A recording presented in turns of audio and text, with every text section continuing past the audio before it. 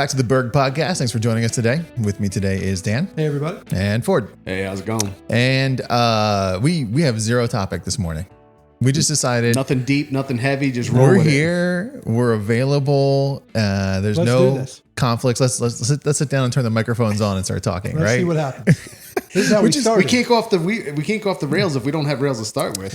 Yeah, this is. There's no trail here. We're just straight through the trees. You know, I And- literally said that yesterday to Dylan. He was like, "Sorry, I knocked you off the rails yesterday," and I was like, "No, that's the key. I don't have any rails. Yeah. I can't be derailed if I'm not on the rail. If I'm you're just not gonna on take the a different rails. path." We get to start like dropping like little tracks, GPS tracks behind Yeah. us to find our way back home Yeah. here. A little breadcrumb path. Figure out a way to get back.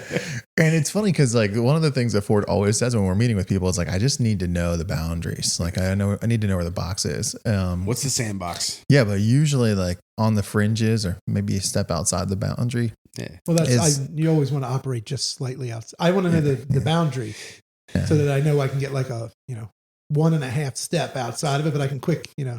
like you're going to steal second. I want to be one. You get out to that comfortable lead. You creep out. You can't Take steal second with your foot on one first. And then you extra go ahead and let's step. take one more step and see what the pitcher does. Yeah. A little elbow room, right? Just a little bit. If the box is too tight, you start Yeah. to feel constricted. Well, that, So, speaking of unrelated, but it's good to see the Phillies Yeah, they locked it up. yeah, knocked it yeah, up. yeah. Brian and I were talking about this yesterday. Could anyone have a better job than who, Brian? Remember we said like he is just party boy. Oh, Stubbs. Yeah. God, he was so happy. It's just like he's like the backup quarterback. Yeah. Wearing the hat, collecting the paycheck with like the Right. attractive girlfriend and a clipboard. The crazy thing is, I think he loves it. He's a solid catcher, and I think he just loves being the backup / hype man. Yeah. Like he wants, so he's ready to throw the party anytime. It Well, and doesn't- did you see the sort of after party? Not the No. after party, but when they were in the locker room and they're all set up. And I mean, it's gotten so crazy with how those things are. But John Middleton comes in and says a few choice words. Now, this is a very wealthy, like educated guy. Sure. Says a few choice words about wanting his trophy back.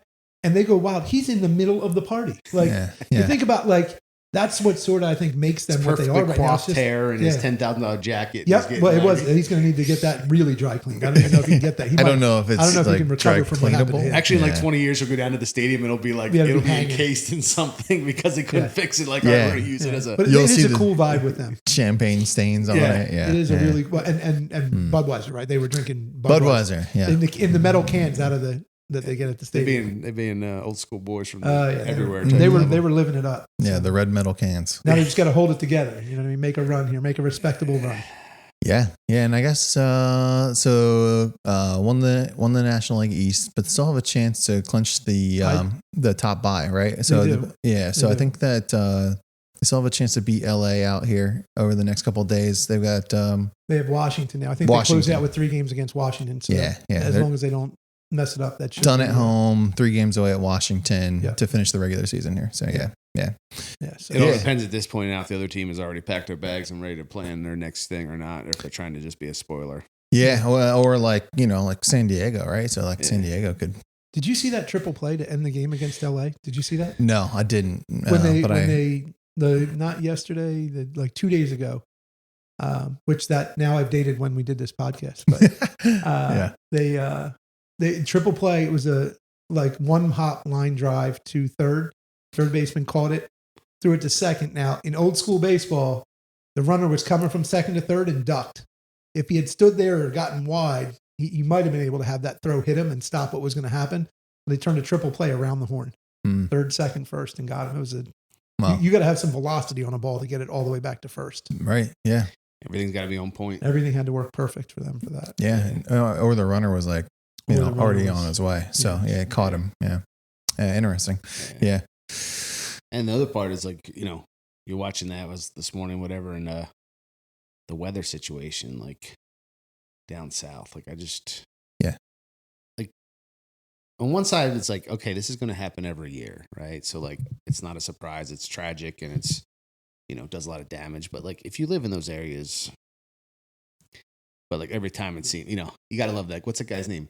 Jim Cantori or Oh, whatever. Jim Cantori, always in the right place. Yeah. I mean, he must just be like sitting with a helicopter around just waiting to be in the worst places ever. And he's like, I can't stand here. It's like 100 miles. I'm like, well, you are standing there. You're telling everyone else to leave, but you magically can be like in the middle of a 20-foot like surge. It's crazy how that works. It's like, and he does like every storm, he's got like the voice of, you know, like a WWE announcer. And it's just like, oh, and you're like, oh my goodness, if the world's about to end, like he'd be announcing for that if it was possible. On the edge of Erin's the cousin, apocalypse.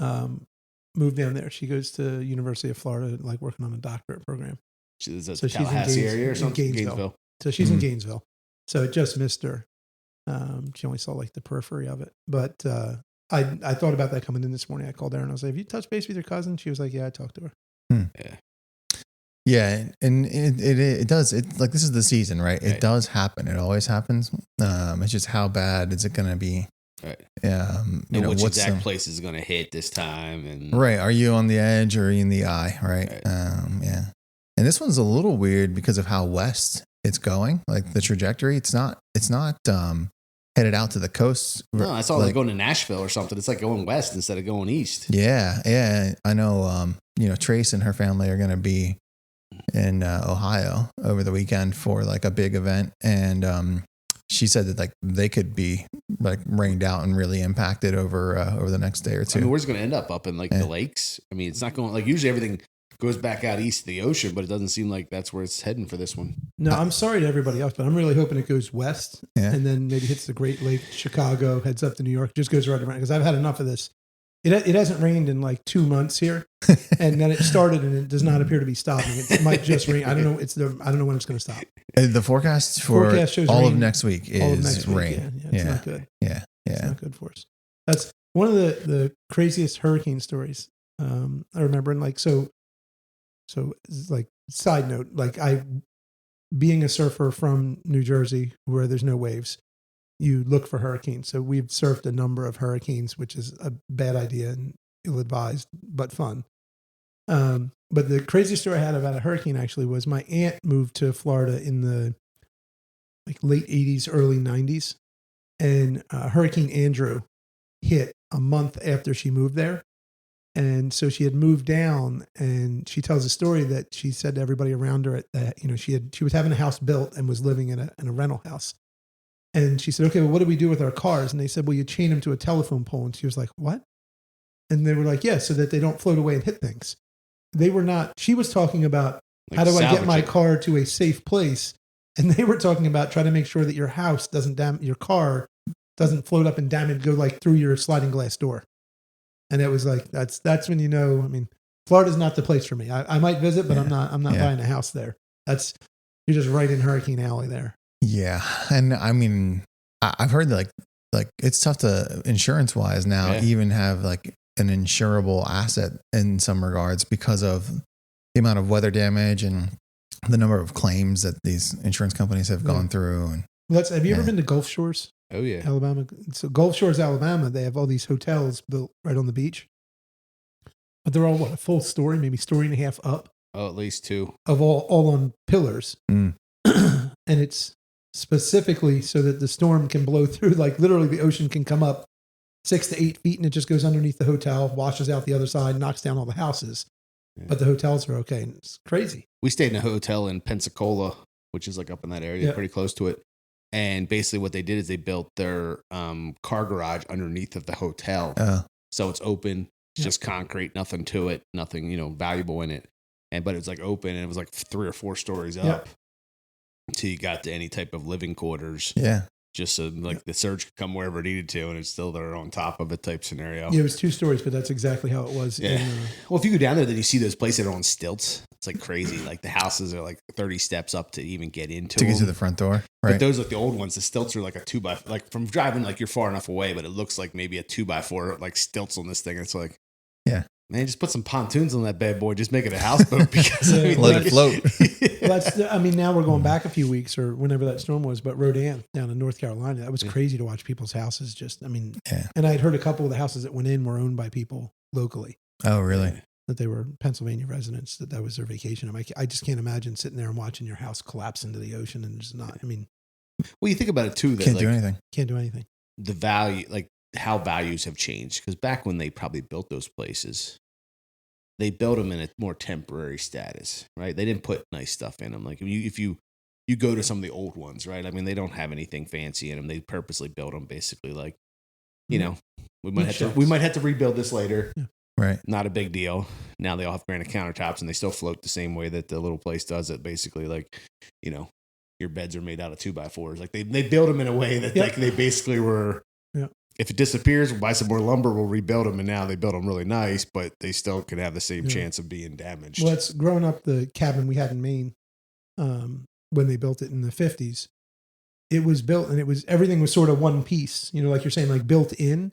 And because you would have a lot of frost heave up there in Maine, it'll move a lot, and you're just sitting on literally just blocks. It was, like flat cinder blocks on the ground, and then every year you'd come back, and my dad, my uncles, my grandfather, they'd jack the house back to level, and then you'd sort of shim it in with boards, and then next winter, so because the house could tip, like it could fall right off, it wouldn't go anywhere, but the houses were, like to Ford's point, the houses were built for that, and I sort of feel that way with Aaron's family shore house, and you and I have talked about this, that we've only boarded it maybe twice in storms.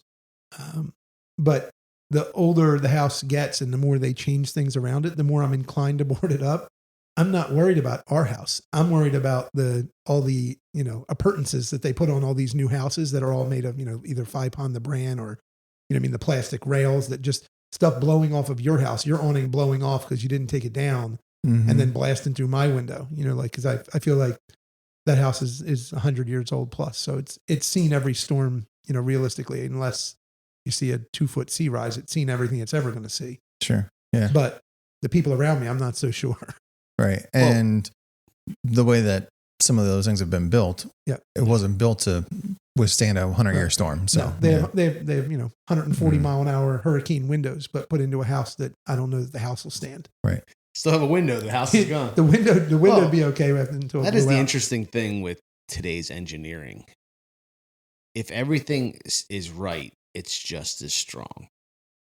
But if there's a weak link in it, so we're this team's down doing a project, and they're ripping out this old culvert, and the old culvert lid literally has car parts on it because that was what they used for rebar, and it doesn't break apart very easy. And the concrete's 12 inches thick. Like, they didn't engineer it. They just figured out we're gonna make it strong enough back in the day, and they have board, like you can see like where they built it by boards, like the old walls and everything like that. And it's just funny how like you see the old stone farmhouse I grew up in, and like the walls are 2 foot thick. Right. That's not the weak point going to be on that house. It's not a 2x4 wall. Like, I understand that if all the 2x4s are tied together and everything is right, it is structurally sound, but it's just a different element to the property. Yeah. I think we talked about it, but years ago, we did one of those jobs for, I think it's kind of supposedly like LEED/green, but the concrete house where like they put together like Legos, styrofoam, then they pour the walls of concrete all the way up. Oh yeah, like poured in place or whatever. Yeah, but instead of just it's like the whole house, and then basically the 2-inch styrofoam, they then take like a heat knife and they cut out for all the utilities because the walls are solid. Like there's nothing getting through those. Sure. And I think it's like a European style thing or something like that. But it's just interesting that like, they don't do it here. Maybe it's a cost issue. This person, there wasn't a resource issue for them, but it was just an odd place. We'd never been like that, but they were just like sticking these styrofoam like blocks together. Like, what on earth? And they just came in, just poured the whole thing solid. And I mean, if they tore it all away, there's still a fully concrete structure around that building. Interesting. Yeah. Yeah, I've seen those styles. Yeah. That's not like the Superior walls, right? That's different. That's sort of like precast. They make those in advance and then drop them in place. Yeah. No, okay. This is actually built on site. It's built on site. Yeah. We had it's like a Lego set. They just build it all up, pour it all solid full, and then they cut out what they need and do it from there. I wonder if like timing wise, you got to like really plan whether to get that done, right? Like you don't want that stuff going anywhere. I'm sure it's like dense, heavy material, but still, get a lot of moisture in the foam because it's raining, or I don't know. Yeah, it's funny you say that because there was a house built back in Jersey. It was in Marlton, and from what the story I'd heard was it was like a developer. He was building his own house, and it was a massive house that he built on an okay sized lot. But it was the first house I'd ever seen built that way. And he made it like 2/3 of the way through. He had a roof and windows. And he ran out like something happened, ran out of money, his business went south, whatever it was. And that house sat like that for 7 years. Wow. And then somebody just came in and built it. Finished it. Because it was like you couldn't have done with a stick frame house, that wouldn't have worked. Right. Structure wouldn't have still been solid. The structure wouldn't have still been solid, but it was just a vacant concrete building, and he had a roof and windows on it, so it was closed, So somebody just came in and was able to, I guess, cut out the foam, do everything they had to do, and just go about it, because there was no electric, no plumbing in it. It was just a concrete shell sitting in the middle of a structure. lot. Yeah. Interesting.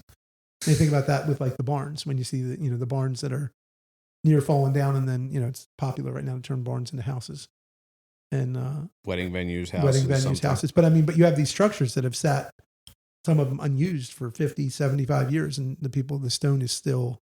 You build a 2-foot thick stone wall house, it's not going anywhere. Right. It's more expensive to tear it down, probably. Yeah. I'm really intrigued. I've seen it on we'll call them estates, but where like the barn has fallen in and it's got stone walls, and they will spend the money to not rebuild the barn, but to just like protect the stone. Yeah, preserve the walls. Yeah, right? And to me, I'm just like, okay. I mean, like, you're going to spend that money, and you'll see like they'll parge all the rocks to make sure that they're going to stay in place and stuff. But you're like, but it's not it's not a structure. You can't use it for anything. It doesn't have a roof on it anymore. It's just a lot of them. A wall. There's a bunch of them in. There's a bunch of them in Kennett, that area, or like Westchester to Kennett, and then there's a couple in Chester Springs. What they've done is they take that foundation and the wall up, whatever is left, 8-10 foot, down to 2 foot, and they, like you said, they parge it, they close it all off, and then they make them like entertaining spaces, but with no roof.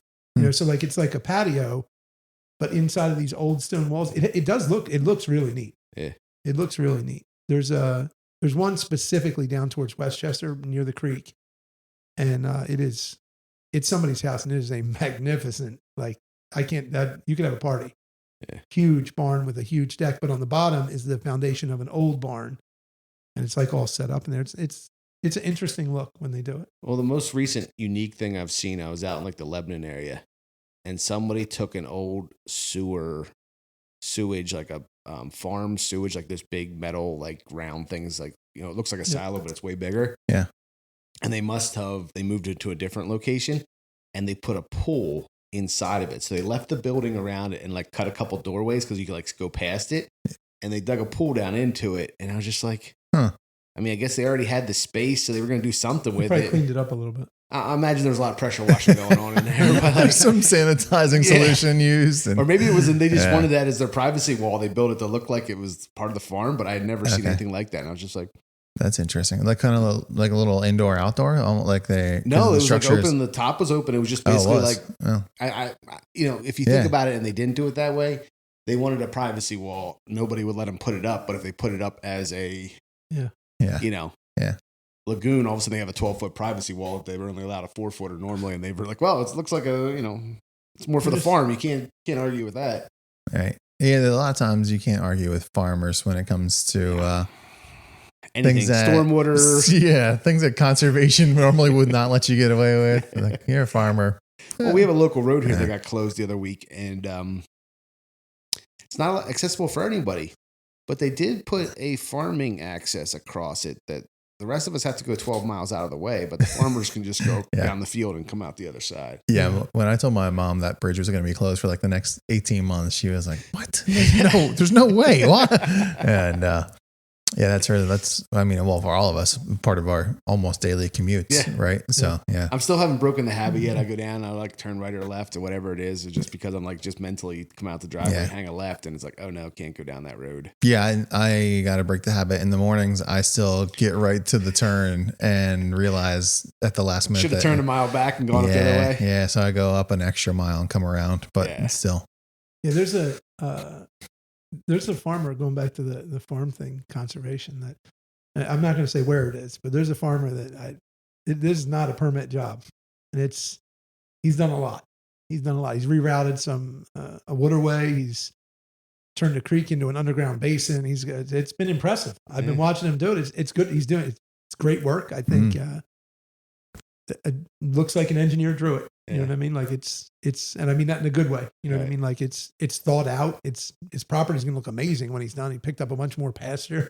And the girls asked me about it. I was like, yeah,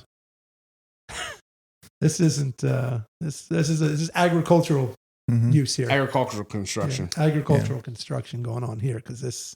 Yeah, we have. I mean, you've seen it, Ford. We've got a farm lane behind our house that is meant to be the emergency spillway for where the outflow structures are for the rainwater basins, and to preserve the farm lane, the farmer did a really nice job. It looks fantastic, but he raised the floor of that about 30 inches, which, as you can imagine, might slow the water down when it's supposed to go that direction. It won't erode because he did a really nice job. Did Ed do that for him, or Ed help him out? I don't think so. No, I could have. Yeah, it looks like something Ed would do, though. Looks like something Ed would do. Very professional. Like when you're describing. It's going to last for a really long time. Yeah. I think we've covered just about everything. I don't think is there anything I don't know how long it's been, but we've wandered all over the place. We covered for the Phillies. We got Phillies, farm lanes. We got the weather, stormwater. Yeah. House construction. I think we've covered a lot of nothing. Yeah, that is a lot of nothing. I agree. So that's probably a fair place to wrap it up too. So thanks for joining us today, folks. We hope you got something from this, and we hope you come back for another episode.